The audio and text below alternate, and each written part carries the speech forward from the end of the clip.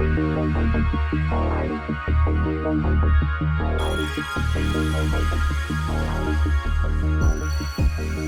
to the EchoCast, episode 171, Sony Makes a Move. This is the EchoCast. I am Morgan, aka Bon, and this is a podcast talking about all of the news, reviews, and speculation around the video games on all platforms in almost any genre. Sorry, no Genshin Impact here, unfortunately. This week, we'll be talking about Sony acquiring Bungie and a bunch of other cool stuff. But first, please take a moment to subscribe to and rate this podcast, as well as share it on social media and with your friends and family. If your platform allows reviews, please leave one for the show. iTunes, Spotify, come on. If you are on YouTube, please leave a comment if you have any thoughts on the show, questions for me to discuss next week, or to just help out with the algorithm.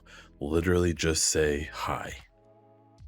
If you're on Discord, please join the show's Discord channel in the link or descriptions below. We can talk about games, this podcast, sports, or anything else that you fancy. Last but not least, please consider contributing to my 2022 Extra Life campaign by clicking on the link in the description or comments below. Gaming news, let's jump into it. The big story, Sony acquires Bungie.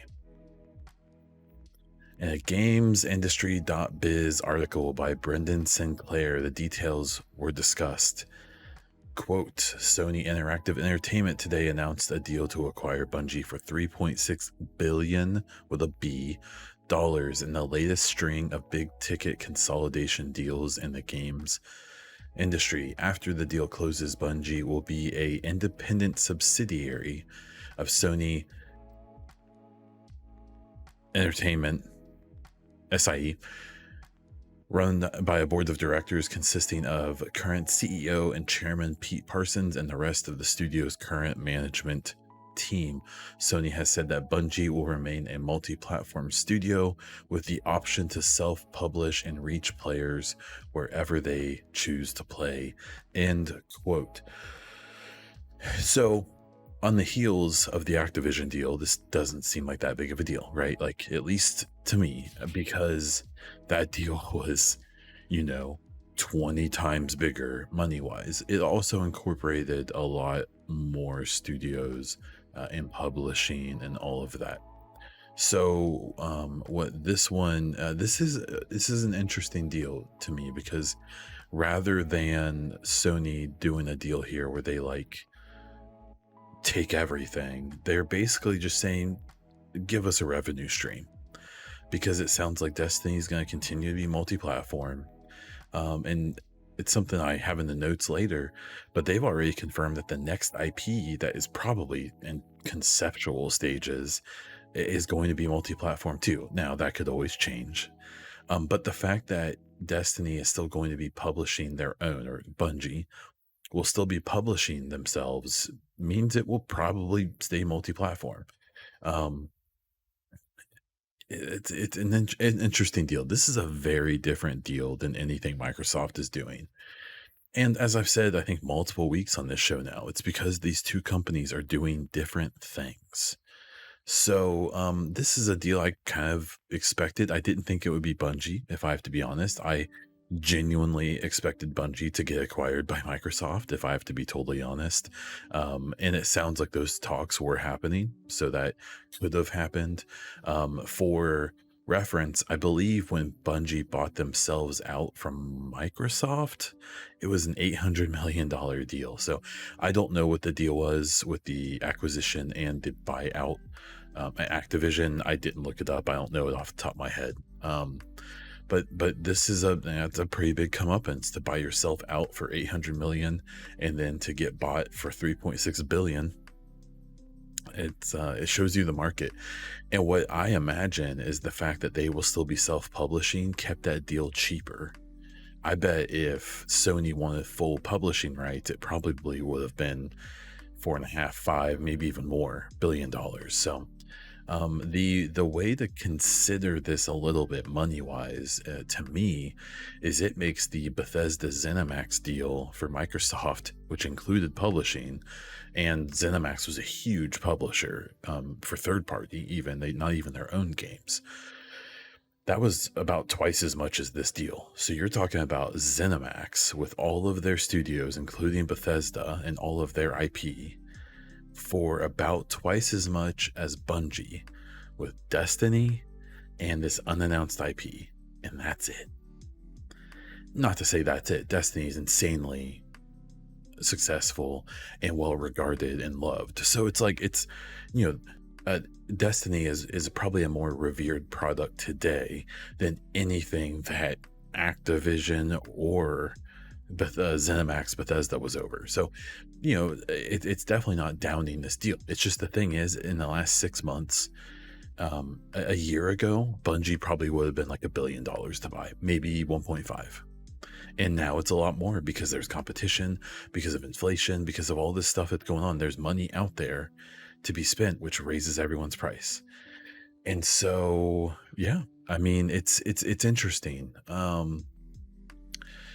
I think that I know I've seen people being like, oh man, now Bungie can make a new, whether some of those Killzone game or something. And I think that is looking at this deal in the wrong way.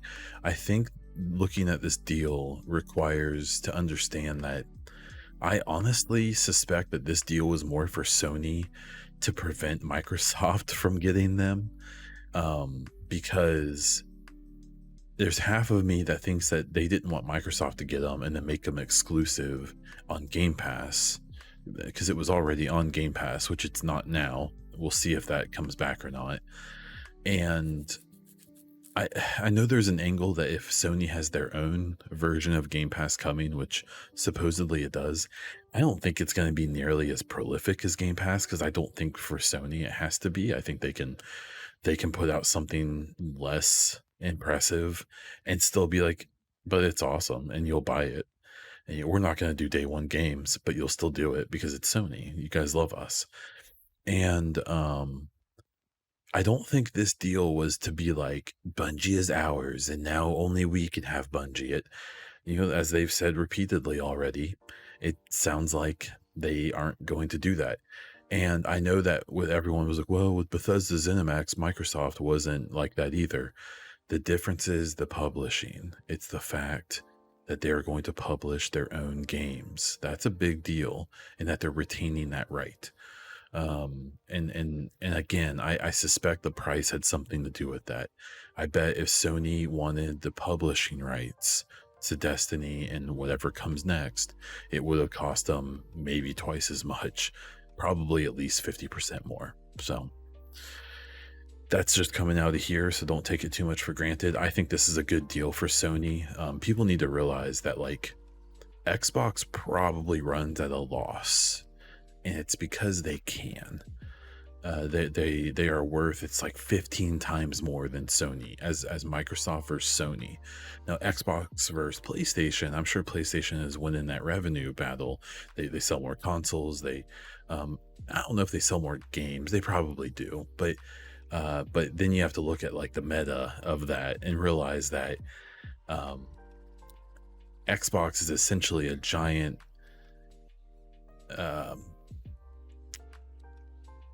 it's a way for them to get Microsoft products into your home, just like Windows, just like their Azure servers, just like a lot of their products. Is Microsoft is really a way for them to advertise their themselves. And maybe they aren't so much worried about Microsoft or Xbox making money, because Microsoft is going to make more than enough money. Where Sony, a deal like this makes sense for them because Sony makes like cameras, TVs, headphones, and PlayStations and games. Like they aren't this overarching giant company. I think it was last year, Sony is going to use, more than likely in their Game Pass competitor, Azure servers from Microsoft. So you have to put all this stuff into perspective. It's like if if there was like, if you had like a corner shop and you had a Walmart in your town, and Walmart built a mini corner shop across the street from the mom and pop corner shop.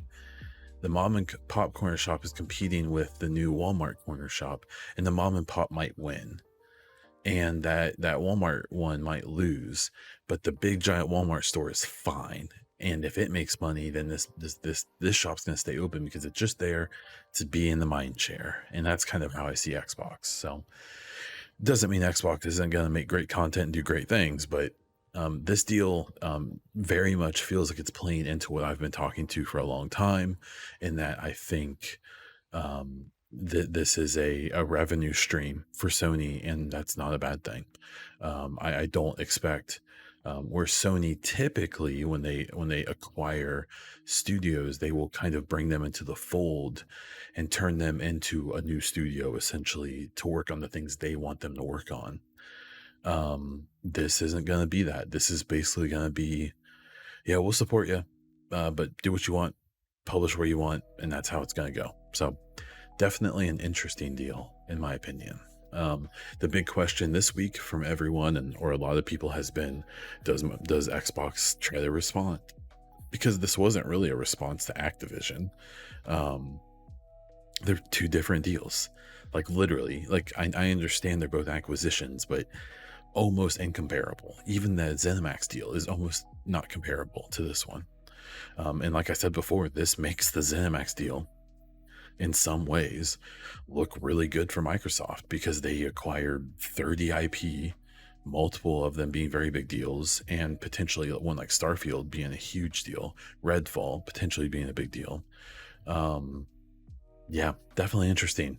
It also, in the does Xbox answer situation, if people thought that EA was worth 70 billion, if people thought Ubisoft was worth 11 billion, you probably have to jack that number up. I bet Ubisoft is worth 35 billion. God, EA might be worth over $1 trillion. Or no, oh my God, not $1 trillion, 100 billion.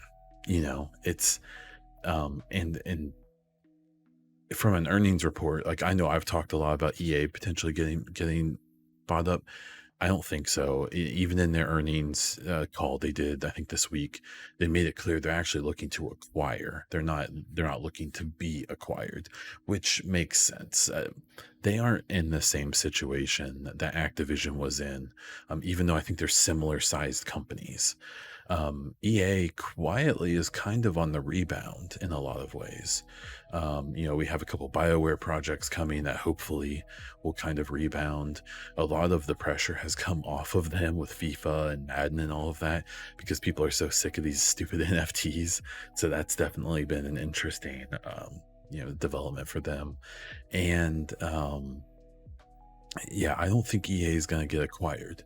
Could I see EA make some big money deals with Microsoft or Sony to do exclusives or timed exclusives and stuff? Maybe. I've had this little deep down feeling that, and I don't actually want this, but people like this Mass Effect game that's coming that I'm obviously obsessed with, that's probably like 4 years away. The first Mass Effect was an Xbox exclusive for a long time. It would be interesting to see if Sony tries to make a deal with that, or if Xbox tries to do what they did before. We will see. But that's when deals like doing like the day one on Game Pass, or day one on Sony's competitor Spartacus, maybe those deals start happening more. Now we do talk about games or game companies like Capcom, Konami, Ubisoft. I think Ubisoft's probably the biggest publisher that's still out there that could be acquired by somebody. They've got a lot of existing relationships with Xbox. I just kind of wonder, honestly, how attractive they are right now. They're dealing with their own issues like Activision was. I have no doubt in my mind that the family ownership of Ubisoft, this isn't some like board of directors, even though I think they have one.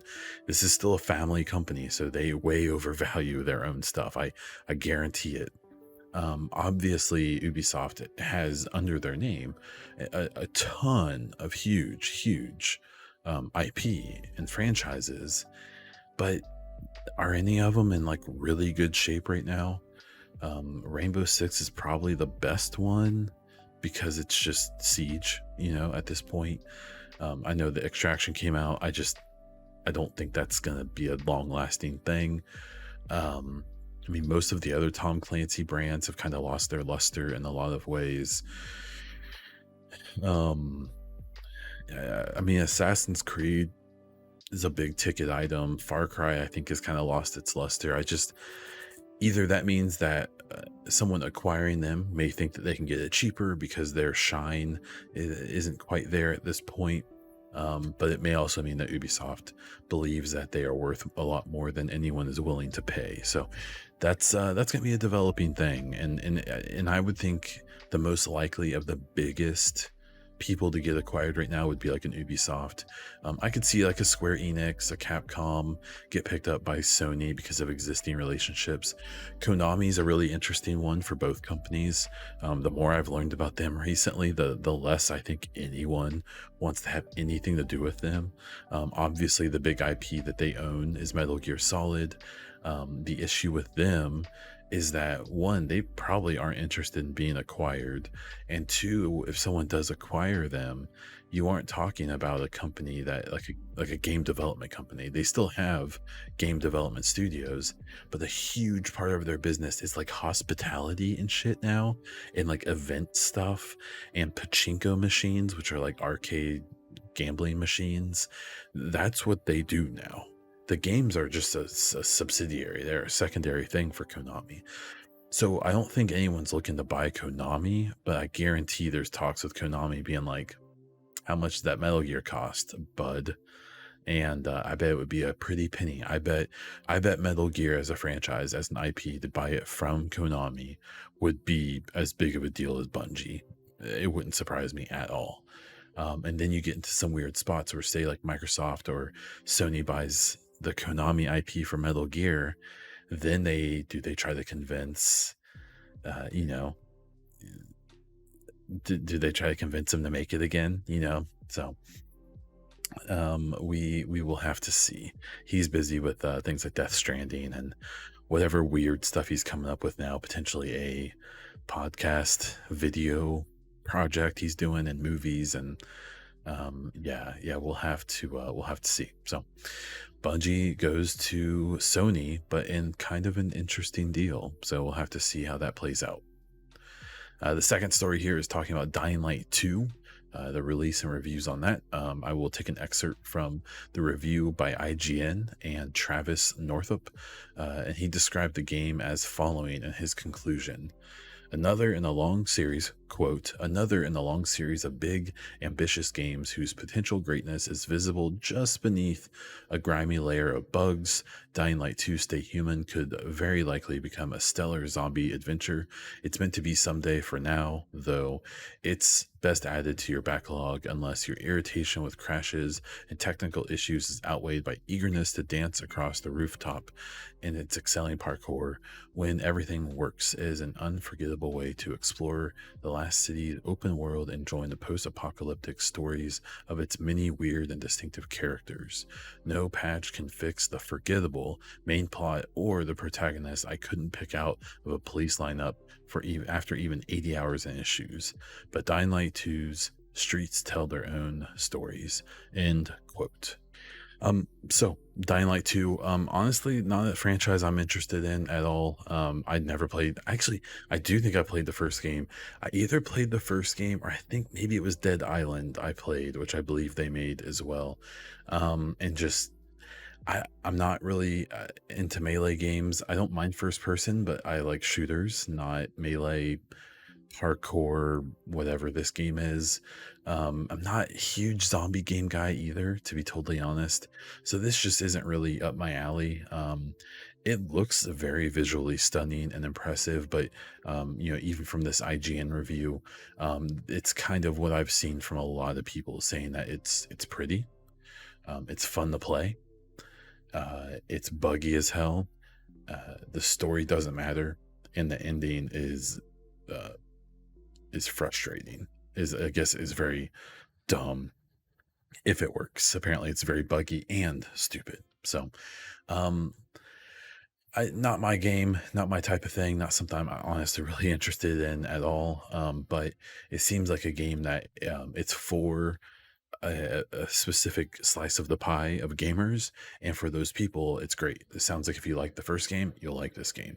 It sounds like if you're willing to wait maybe a few weeks or a couple months for them to patch it up a bit, it's probably worth a try. This for me is definitely like a Game Pass game if it comes in a few months on there. But it's the thing about it is that the reviews I've listened to and read and checked out here is that it's cool that they are at least trying. They are putting it out there. They are trying to do their thing and push it forward, which it sounds like they did. And it also sounds like this whole like 500-hour thing is probably not very accurate. Most of the reviewers I listened to beat it in like 20 to 25 hours, which is also what they said after the 500 thing. But it basically sounds like this is like a solid 7.5, 7.5 for most people, which is a good game. That's a great thing. That's not a bad thing. The Metacritic score, I'll look it up extremely quickly on here. It's a 77. That's not awful. Like almost 80. Like a 7 out of 10 for a video game. I mean, if you think about like how like a 9 or 10 out of 10 is like a generational video game, you know, a 7 or 8 is like a really good game that you should play if you're interested. And I think that it's okay for us to start acknowledging that not every game is going to be a 10, and that like anything above like a 7 should be probably played by a lot of people, if not everybody, right? So not a game I'm super interested in, but something I'll probably check out eventually. And it seems like it's meeting the expectations of the audience it was made for. The next story, Grand Theft Auto 6 confirmed. In a tweet on the official Rockstar account, they said, quote, "Many of you have been asking for a new entry in the Grand Theft Auto series. With every new project, our goal is always to significantly move beyond what we've previously delivered. We are pleased to confirm that active development for the next entry in the series is underway. We look forward to sharing more as soon as we are ready, so stay tuned to the Rockstar Newswire for official details. On behalf of our entire team, we thank you for your support and cannot wait to step into the future with you." So not surprising, this is like the worst kept secret in games, that Grand Theft Auto 6 is being worked on. I didn't like Grand Theft Auto 5. I've played every Grand Theft Auto before that, even the original top-down pixel ones. Love those games. 5 I didn't jive with. I like to play as a character. I don't like to bounce around. It's why Watch Dogs Legion, no interest. I hate the idea of bouncing around the different characters. Even like Dragon Age Inquisition, I don't like that you can switch characters. When I've played that game, I never switch. I play as the main guy, and that's it. That's just my preference. And I really didn't like the characters of 5.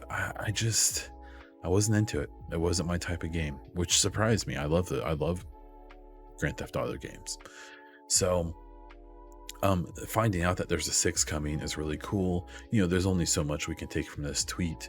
It is interesting that they didn't call it Grand Theft Auto 6. They just said the series. So maybe the next one they release is not going to have a number, maybe because they take 10 years between making them. I also think it's interesting that they, at the end, we can't wait to step into the future with you. Now, that may just be them saying, oh yeah, we can't wait to put out new games. You know, a new game is coming into the next gen and all that. Maybe the next Grand Theft Auto takes place like 50 years in the future. What if, let's get in real close here. What if they do Cyberpunk? What if they say, wow. And now, to be fair, they've probably been working on this for years, probably even before Cyberpunk came out. But what if they say, wow, hey, let's do Cyberpunk. And then they saw 2077 come out and they're like, oh my God, we can knock this out of the water. Because that's what they do, right? Like they make great games, like them or not. Red Dead Redemption 2 is at least in my top 3 of games ever. And even if you don't love the story, even if you find the movement controls to not be satisfying, from a detail perspective, from a scale perspective, from a just like that game is wild. It's so good. And it's like from like the last gen, like early last gen. Um, so cool. So, maybe reading a little too much into it, but that future with you thing I think is interesting. I do know someone who works at Rockstar, and I was kind of chatting them up just a little bit. Obviously, the people who work for these companies are pretty tight-lipped, which I super respect. But I did get some indication that, um, this game probably would have come a lot sooner if Grand Theft Auto 5 wasn't so damn lucrative. And that's not even something you need like an insider to find out. I mean, the fact that there's been like, well, I don't think any single player DLC to the actual game, that everything's come via online, and that it's still popping, that it still does great numbers on Twitch because of role players on there. It's the thing, man, and it's not going away, and this news will only get people more hyped. It's funny because Grand Theft Auto 5 has basically become a platform. It's not even just like a game at this point, it's a platform.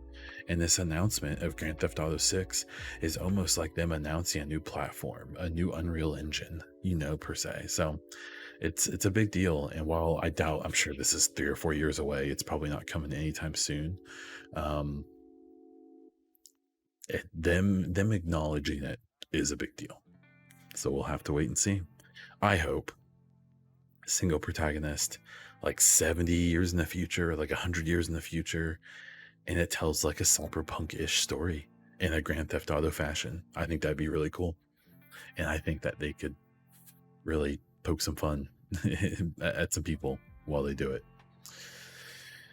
Okay, next story, the Division 2 movie in trouble. So Rawson Thurber, who is the announced director of the Division movie, I said Division 2 movie, it should just be the Division movie on Netflix, announced that he is doing a Dungeons and Dragons TV show. Community member Rogue Gold asked him about if this project would take place before or after the Division movie, and Rawson vaguely answered, hard to say for sure, but after, I would think.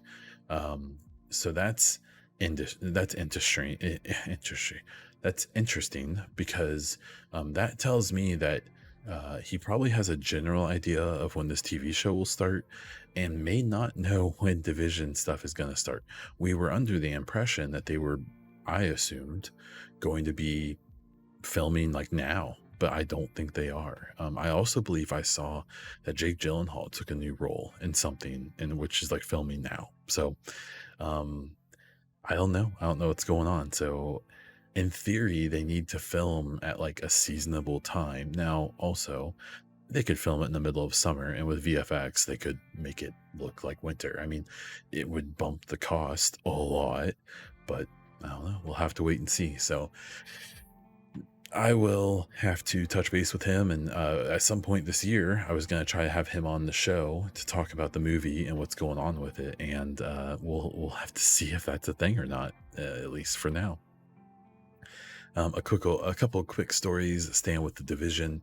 The Recruited book that I talked about and did a non-spoiler review is out on ebook and like on online release.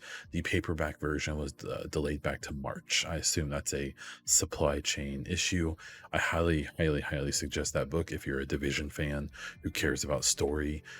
It doesn't necessarily directly attach itself to the mainline story, but there's a lot of cool references, and it's just a cool take on the Division agents. And then the last story here, this is a personal one for me. Mass Effect has teased a new Tali figurine being sold by them.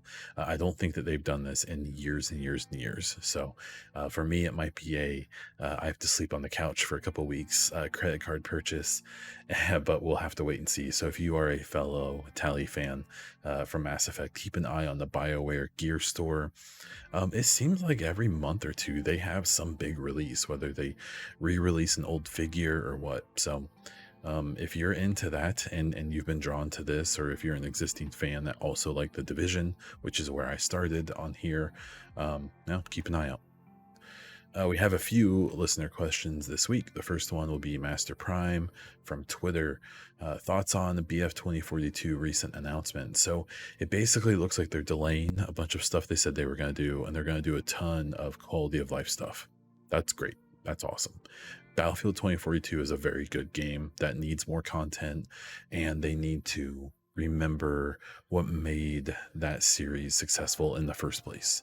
So it looks like they're going that direction. Is it going to be too little too late? Probably. But I hope they at least try and don't give up on it like they did with Battlefield 5 and 1, I think. So we'll have to wait and see. Second question for Master Prime: are leakers and leaks good or bad for gaming?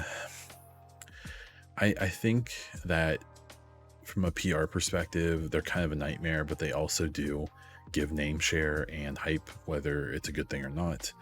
I think they're a natural part of a lot of industries, especially entertainment industries, including gaming. Whether they're good or bad, it's probably in the gray. It's probably somewhere in the middle. I think like leaks about games that never happened or games that are in like development hell isn't necessarily a bad thing, so that things can get out there and we can know about the dirty stuff that happens.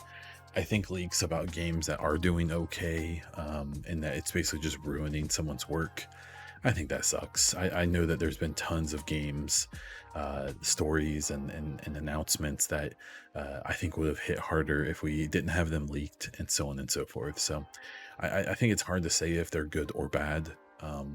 But I think there's a place for it, and I think it's just part of the cycle. AU Nexus asked your stance on gear boosting services. They specifically asked about, this was on Discord, a service that is specifically tailored to a bunch of current games like Destiny and The Division and stuff. I mean,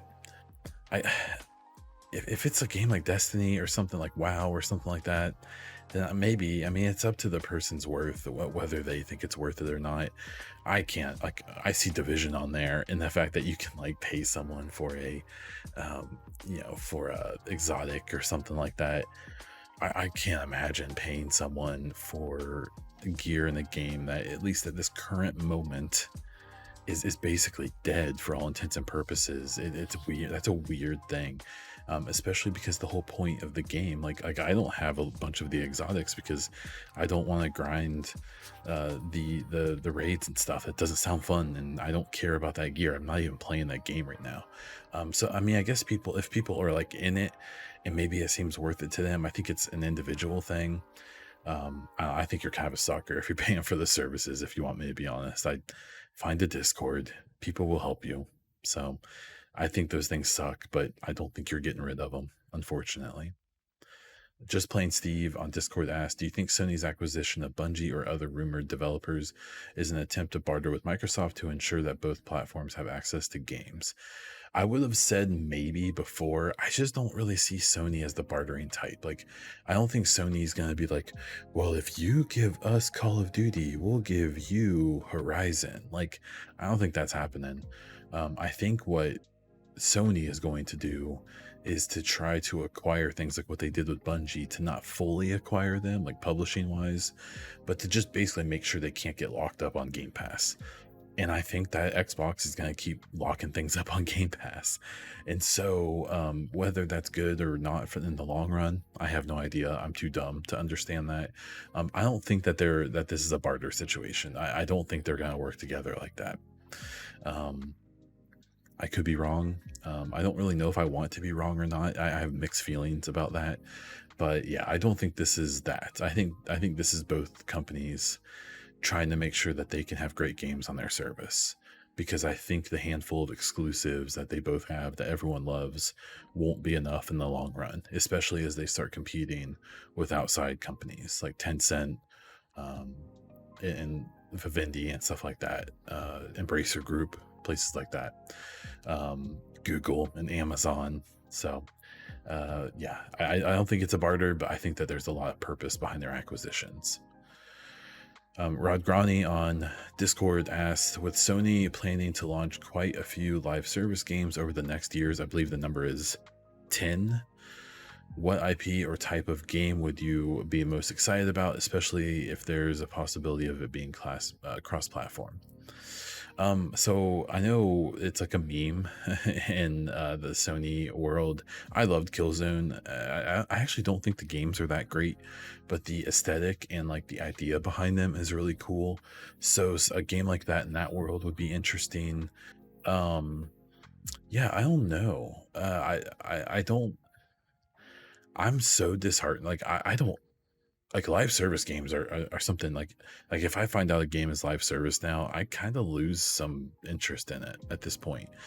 The Division and some other games have really kind of kicked me in the nuts multiple times, and I appreciate them for what they are. And the problem is that I don't know if a live service game yet has done things really well. I think Destiny has come the closest. I think Warframe is in that category too. But if you pay attention to those communities, if you know people in those communities, just like any other, like they're just like the Division, they put out new content, people like it for a week or two, and then they get bored and start complaining. The difference with Destiny is that they put out a lot more content more often, but people still get bored and complain within days or weeks of it coming out. So this live service thing is, it's like, I just don't think it's possible to make enough content for a live service game. I think the only way a live service game could really fulfill the promise that everyone assumes it's going to fulfill is if they spent like 6 years in full development, making like 3 years of content. And then as soon as the game releases, they have 2 or 3 years of content banked. And then they have a live team who needs to like fix things and balance things. And then they start developing content for the end of that 2 years of buffer they have, so that they can put out legitimate cool content every like 2 months, and just always have cool content rolling out and pushing the story forward, and actually doing a live service game. Because I still don't think to this day we've seen an actual live service game in the concept that everyone has for it.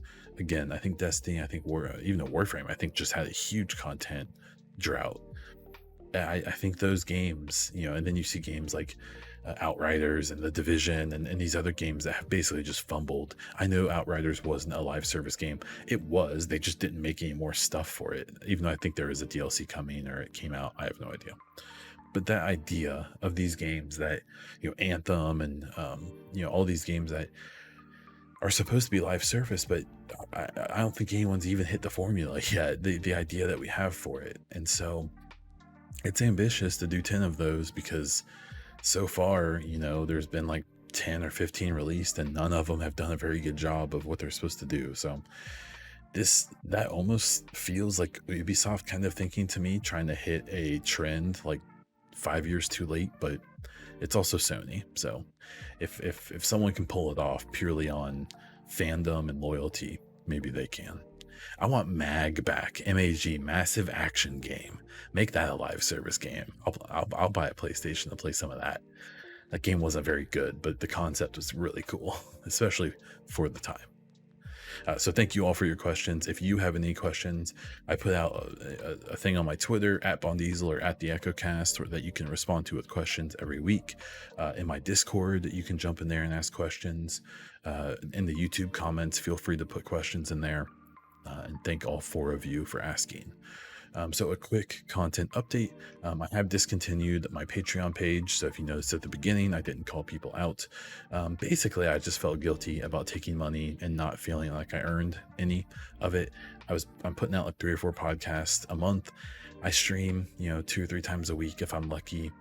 I just didn't feel right. There's not really any big upgrades I need to make to my situation here.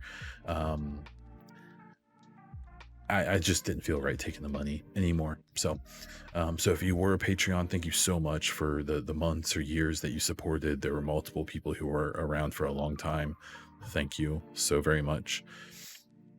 And if you want to support in other ways, you can retweet and share my stream or these podcast episodes. You can follow and subscribe on my Twitch. You can subscribe on my YouTube channel and check out those videos. And you can join the Discord and submit questions to the podcast and talk about the podcast. Give me tips. Give me your thoughts on format, the way I'm doing things, ideas for guests. There's a lot of ways that you can support this show. that don't require a penny, just your time. And that's all I ask for. I mean, I'll take your pennies too. You know, I have tips on stream, and you can subscribe on Twitch and stuff. I'm not going to say no, but yeah, feel free to support in other ways as well. And I encourage it and would love it. And that's it for this one. So we're going to wrap it up. You can find me all over the internet as Bond Diesel, including on Twitter, YouTube, and on Twitch. Please consider again donating to my Extra Life 2022 campaign, and check out the EchoCast and Bond Diesel merch over on Streamlabs or Designed by Humans. The links for all of that stuff is down below in the description of either the podcast or the video on YouTube. And that's all I have. So until next time.